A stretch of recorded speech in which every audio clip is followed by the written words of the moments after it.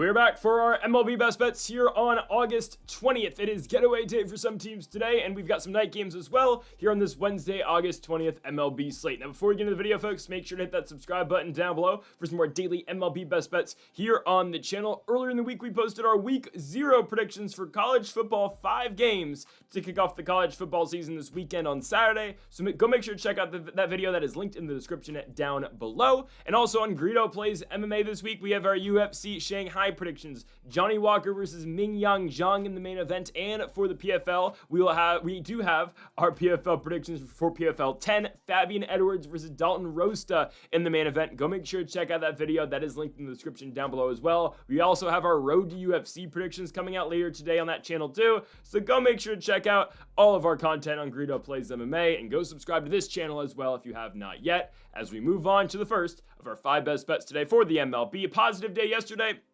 Looking for more of the same.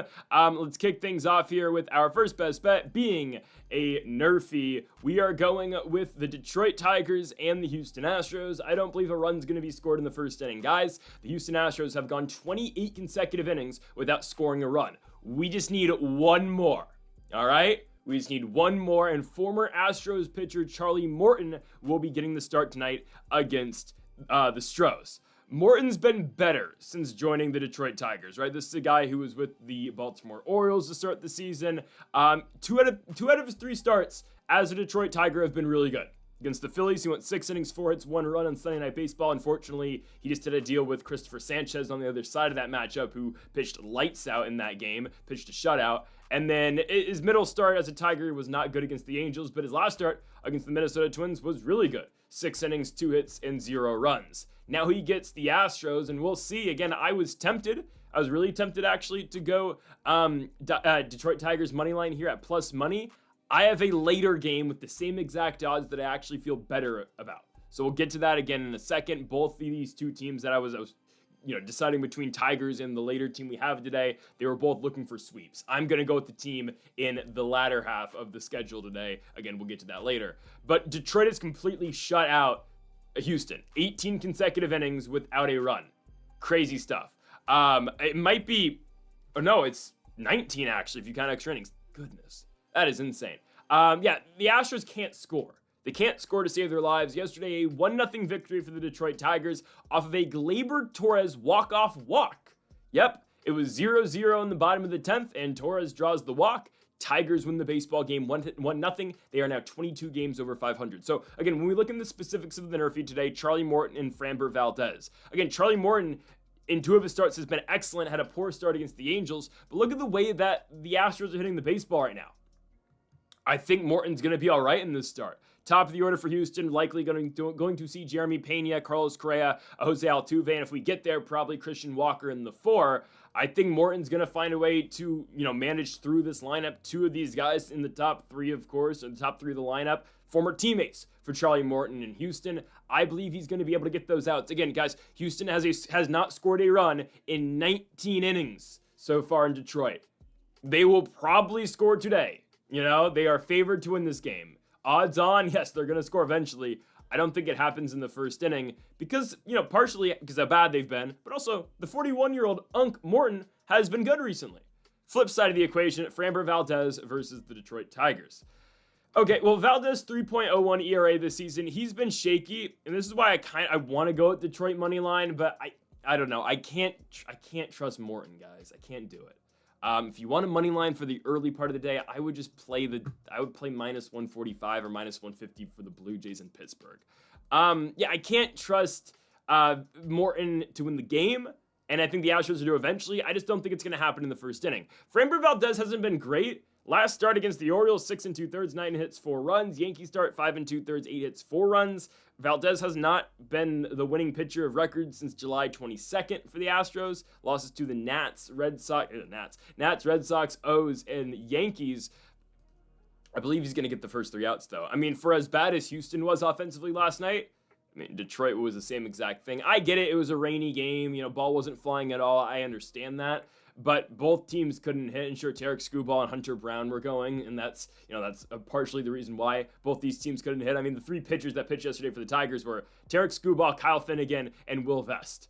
I mean, those are tough guys to deal with. By the way, Kyle Finnegan, 26 of 29 batters he's faced have been set down.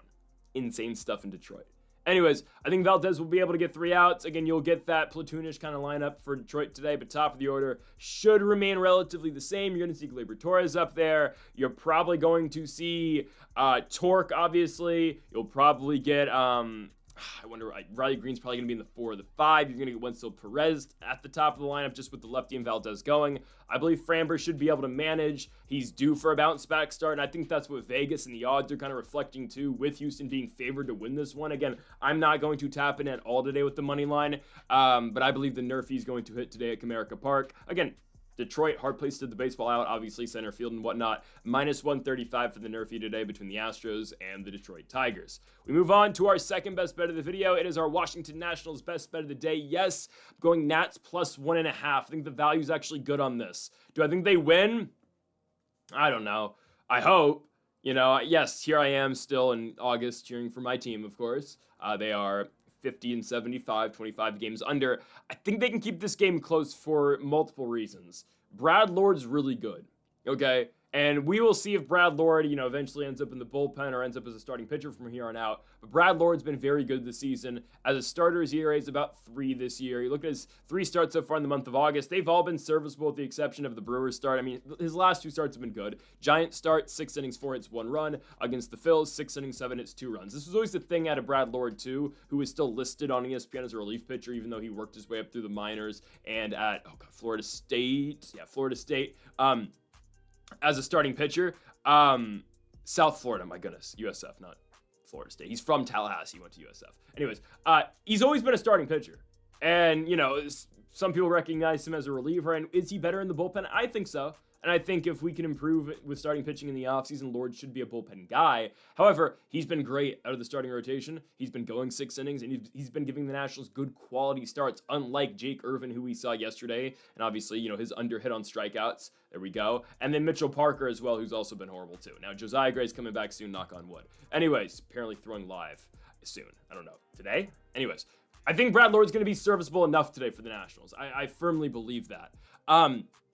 Kodai Senga is going for the Mets. Guys, Kodai Senga hasn't been good in the last 2 months. He hasn't. Since the injury that he suffered in that Nats game that he pitched back on June 12th, Senga hasn't been the best. ERA is in the high 4s. And Senga's struggling to go more than 5 innings. Every single start that he goes, he gives up runs. And I don't care how ice cold the Nationals are. They are, they're as cold as you can get at the plate. Senga has not been good. He's walking guys more than he ever has. He's given up hits. He's allowing runs. Look at his last 5 starts. Angels, July 21st, 3 innings, 4 hits, 4 runs. Giants on the road Sunday Night Baseball. He did his thing. He managed 5 innings, 4 hits, 3 runs. Next start against the Giants, 4 innings, 5 hits, 4 runs. Brewers, 4 1/3, 2 hits, 3 runs. Braves in his last start on the 14th, 5 2/3 innings, 5 hits, and 2 runs. I'm not telling you all these games are horrible. They're not. Again, they are serviceable starts. The thing is, he's going to give up runs, and he's not lights out like he was at the beginning of the season. I mean, prior to the injury, Kodai Senga had a 1.47 ERA. Yep. June 12th against the Nats, 1.47 ERA. Crazy, right? Don't forget, though, when Senga was going on his run, the Nats were seeing him all right. I won't forget, late April, the game that the Nationals walked off the Mets and had me thinking the Nats were going to win the division on the James Wood walk-off single that scored Abrams from first to home back in April. What a time. Kodai Senga struggled a little bit. I mean, he was lights out the entire year, came into that start against the Nats with a .79 ERA, comes into DC, Nats get 6 hits and 2 runs in 6 innings against Kodai Senga. Again, that's not a horrible start, but it just shows you, again, the Nats have seen success against Senga in the past, even when he has been, absolutely lights out. So I think the Nats are going to be able to score some on Senga. Do they even win the game? I don't know, but I think it's going to be a competitive game where, again, if they lose, it's going to be by 1 run. And I am a big believer in the fact that, Brad Lord is going to be real excellent today. I could get into to Nathaniel Lowe hitting a home run yesterday, Alex Call going for 3 for 3, and I can get into all that. I won't do it today, okay? If you are interested in my Nationals reactions, I do daily Nationals reactions on TikTok on Greedo Plays Clips. So if you want to see that, check out the TikTok. I post twice a day over there. But yeah, I do believe the Nationals are able to keep this game competitive in spite, hopefully, today of Nathaniel Lowe hitting a 430 plus home run in Boston yesterday. Nathaniel Lowe smiling after hitting a baseball pissed me off so much. Yeah, I think Brad Lord's going to be good. I believe the Nationals are going to be good. I know, again, the Mets bitched us yesterday. They won 8-1. I had to watch Juan Soto around the bases again. It's just, Bryce Harper hits a home run last series. Juan Soto hits a home run this series. It doesn't get any worse for us. It really doesn't. Like, whatever team you're a fan of, at least you're not a Nationals fan. There's only a couple fan bases I would be like, all right, that sucks. White Sox, Rockies. That's it. I'm so serious. So we're going to go Nats plus 1.5, though. I think the combination of Brad Lord being more than serviceable tonight and the fact that I don't think Kodai Senga is going to have a great night against the Nationals should mean that the Nats keep this game close. I believe Abrams and Wood have a decent night tonight, and Dylan Cruz with a triple as well. Batting average up to 200. Let's go DC. I'm going to take Nats plus 1.5 here at home against those damn New York Metropolitans. On now to our third best bet of the video, we go to our first money line. We have accurately predicted 2 games of this Brewers Cubs series on our official best bets. I did say yesterday that unofficially I would take the Brewers in the second game. They didn't win, but there's a reason I didn't put that game in the video, and I put Cubs money line in the video yesterday for the first half of the doubleheader. Today, there's only one game, obviously, series finale. Cubs have won 2 of 3. Brewers trying to even things up. And I'm going with the Milwaukee Brewers. It is even odds at minus 110 on both sides, and I am going to be siding with the Brew Crew to take this one. Pitching matchup, Jacob Mizorowski and Colin Rie. All right.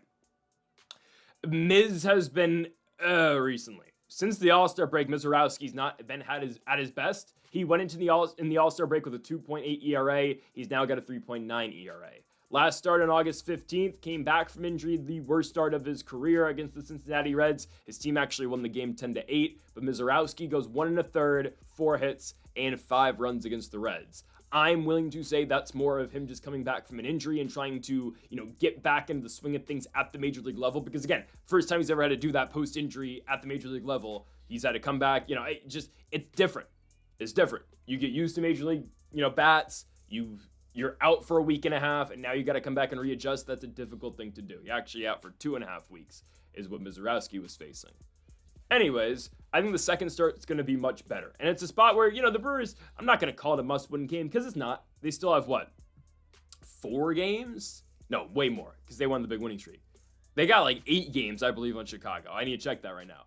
They have a bunch of games in the Cubs, right? They've got 7 games in the Cubs, right? It's not a must-win game at all. But it is a thing if you're Milwaukee, right? You lost both halves of the doubleheader yesterday. Trying to, again, just fight off Chicago. If you win this game, they're back down to 8 under or 8 behind, and you're in a really good spot going forward. And you're really not concerning yourself about, okay, the Cubs can chase us. If Chicago does take this one, though,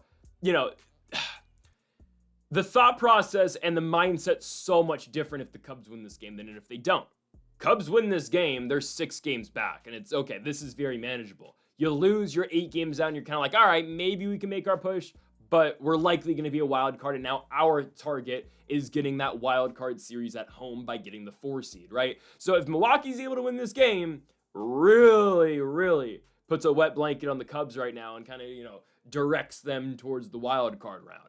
So obviously, Jacob Mizorowski's been tasked with getting the victory tonight. I'm a big believer in the fact that I don't think he's going to have 3 consecutive bad starts. I know that start against the Cubs prior to the injury wasn't great. 4 innings, 3 hits, 2 runs. However, his team won the game 8-4, and Mizorowski still had 7 strikeouts in that game. So I don't think it's all bad for Mizorowski. I firmly believe Mizorowski is going to be a very good pitcher for a very long time. Again, the argument or, the debate of whether or not he should have been an all-star at the beginning of the season, it is what it is, or in the middle of the season, it is what it is. Should he have gone? Should he have gotten the invite? No, but, credit to the guy for getting to that spot. I do, though, believe Mizorowski's going to be great. Is he like a Paul Skeens level guy? No, I don't think anybody's on Paul Skeens' level. But I do believe Mizorowski is going to be a top 20 pitcher for most of his career. Just not yet, but I think it's going to be good enough to beat the Cubs tonight. They're starting Colin Rie, who's got a 4 ERA this season. Last 2 starts have been serviceable. Really good, actually, against both the Pirates and the Cardinals. 5 innings against the Pirates, 3 hits, 1 run. Same exact line against the Cardinals, just pitched 1 more inning. 6 innings, 3 hits, and 1 run. So his ERA in the month of August is 2.3. He's been much better since, I don't want to call it a disastrous start to the season, but he really struggled in May and June after, starting off the year fairly well, the bullpen and whatnot. May and June were really rough for him. He has bounced back in a huge way. You can't hold down the Brewers for long, though. Call it devil magic, call it voodoo, call it whatever you want to call it. It's hard to put down the Brewers for a long time. Just because of, this line of everyone hits. Look at the first half of the doubleheader yesterday. We win, right? We win with the Cubs because we had Chicago money line. My goodness, do the Brewers just not go away, though? You think the game's over, right? Brewers are up by 4, and they're up by 5, and here come Cubs are up by 5, and here come the Brewers. Just keep chipping away. Obviously, Owen Casey hits the home run, the unicorn home run, and it kind of, puts a stamp on the victory for Chicago. But the Brewers refuse to go away. I mean, hell, even in the top of the ninth, they are threatening. It's hard to beat this team 3 times in a row just because of the guys they have in the lineup and just the guys who consistently step up. Sal Frelick, Durbin, who had a home run the other day, Contreras, Yelich, Vaughn, Collins, Churang, Monasterio. There's so many guys that just show up, and I believe the Brewers are going to be more than fine in this spot. Also, their bullpen is fully rested. Chicago had to go to a bunch of guys out of the pen yesterday. Palencia had to go. Kittredge had to go. Tyler Rogers had to pitch. Tyler Rogers had to go. Taylor Rogers, my goodness. Tyler is on the Mets. They had to pitch a bunch of guys. Brewers barely went to their bullpen. Yesterday, they went to Aaron Ashby for 3 2/3 innings after Woodruff left the game in the 5th, right? So I think the Brewers are in a much better spot to win this final game of the 4-game set. And if you're Milwaukee, you are completely content with a 4-game split, a 2-2 split in Chicago. It keeps your 7-game lead over them your 8-game lead over them in the NL Central. And I believe they're going to get it done. It starts with Mizorowski and it continues with the bats. Give me Milwaukee Brewers money line in Chicago at Wrigley Field, -110. On now to our 4th best bet of the video. Oh, not that. We'll come back to that. Our 4th best bet of the video is our best player prop of the day. I'm siding with Shohei Otani. I don't think it was Otani's last start. It was the start prior to that. We went under on Otani strikeouts. I'm not going to make that mistake again. I'm not going to. Okay? I respect Shohei Otani. I know what he is. He's the best player in the sport. Okay? Do I respect the Dodgers? No, I don't. And just don't get me started. Otani's a great player, and I'm not going to deny that. Shohei Otani tonight against the Colorado Rockies, this should be light work for 6 strikeouts. It just should. 6 strikeouts is a big number. Yesterday, Emmett Shaheen had 7. So, I mean, again, Otani needs 6 tonight. Shaheen got 7 yesterday. We should be okay. Otani's last pitching outing against the Los Angeles Angels of Anaheim, in Anaheim, wasn't his best. He gives up 4 runs in 4 innings. What does Otani still do? Get 7 strikeouts. I mean, start against the Cardinals prior to that, 4 innings, 2 hits, 1 run, 8 strikeouts. I expect Otani to go probably 5 tonight. Right? They've been slowly building him up, right? You look at the entire season for Otani. 2 starts with 1 inning pitched, right? Then 2 starts with 2 innings pitched. 3 starts with 3 innings, 2 with 4. Either he got one, actually, he went into the 5th in his last start. And they tried, he started the 5th against St. Louis as well, just had to get pulled due to cramps. He's going through this 5th inning. He might get to go 6. Because Otani pitched 80 pitches in his last start against Los Angeles. The reason he just didn't go deeper in that game is because he got roughed up. He's facing the Colorado Rockies. Sure, it's at elevation, ball flies. It's hard to pitch here. It's still the Colorado Rockies, though. Colorado did score 4 runs yesterday. Those didn't come until the 4th and the 6th inning, and when they finally did score, it was a Brenton Doyle home run that got them on the board. They were down 7-0. The Dodgers, when they have their nights, they have their nights, right? There's only so much warming Brennable can do for the Colorado Rockies. Anyways, we talked about Emmett Shaheen's night last night. Emmett Shaheen is nowhere near the pitcher Shohei Otani is. We can all agree on that. Emmett Shaheen went 6 innings, 6 hits, 4 runs, and still had 7 strikeouts. Again, I respect the guys in the Rockies lineup, but just listen to this lineup real quick and tell me Shohei Otani is not able to get 6 strikeouts in 5, 6, or 7 innings. Tyler Freeman, Mickey Moniak, Hunter Goodman, great player. Warming Brennable, great player. But still, guy's going to strike out. Ezekiel Tovar, Kyle Karros, Brenton Doyle, Hernandez, Rittler. Come on now. Otani, I would take Otani against a lot of teams just in general in Major League Baseball to go over 5.5 strikeouts if he's going 5 or 6 innings, let alone the worst team in baseball. Maybe it's the Nationals. No, it's still the Rockies in terms of just like who would win right now. But right, I mean, we are taking Otani on this line. And sure, he's pitching at elevation. He's pitching at the best hitter's park in all of Major League Baseball. Those are both true. The thing is, that doesn't affect strikeouts. ERA and hits given up and runs given up, sure. I don't think it affects it too much because, guys, here's the thing. Like, the Rockies just won't be able to touch Otani's fastball. I don't think so. Otani's going to blow him away with everything. I firmly believe that tonight. The Rockies are going to have trouble catching up to this.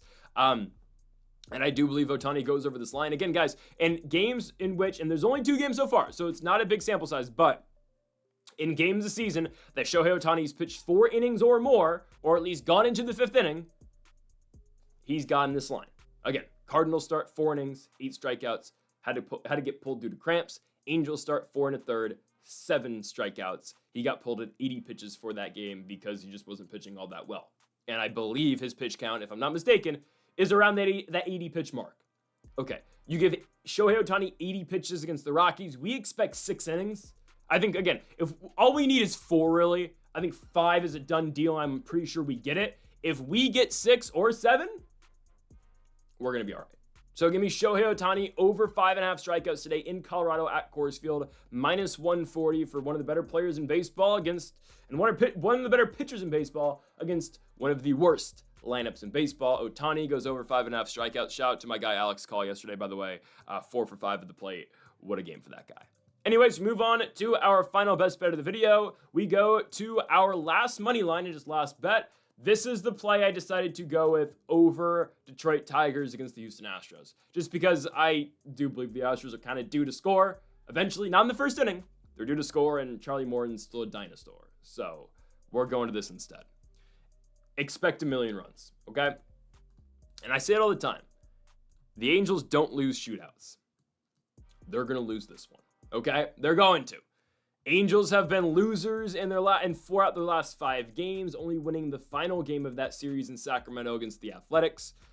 The Reds are right there in the postseason hunt. They are right there.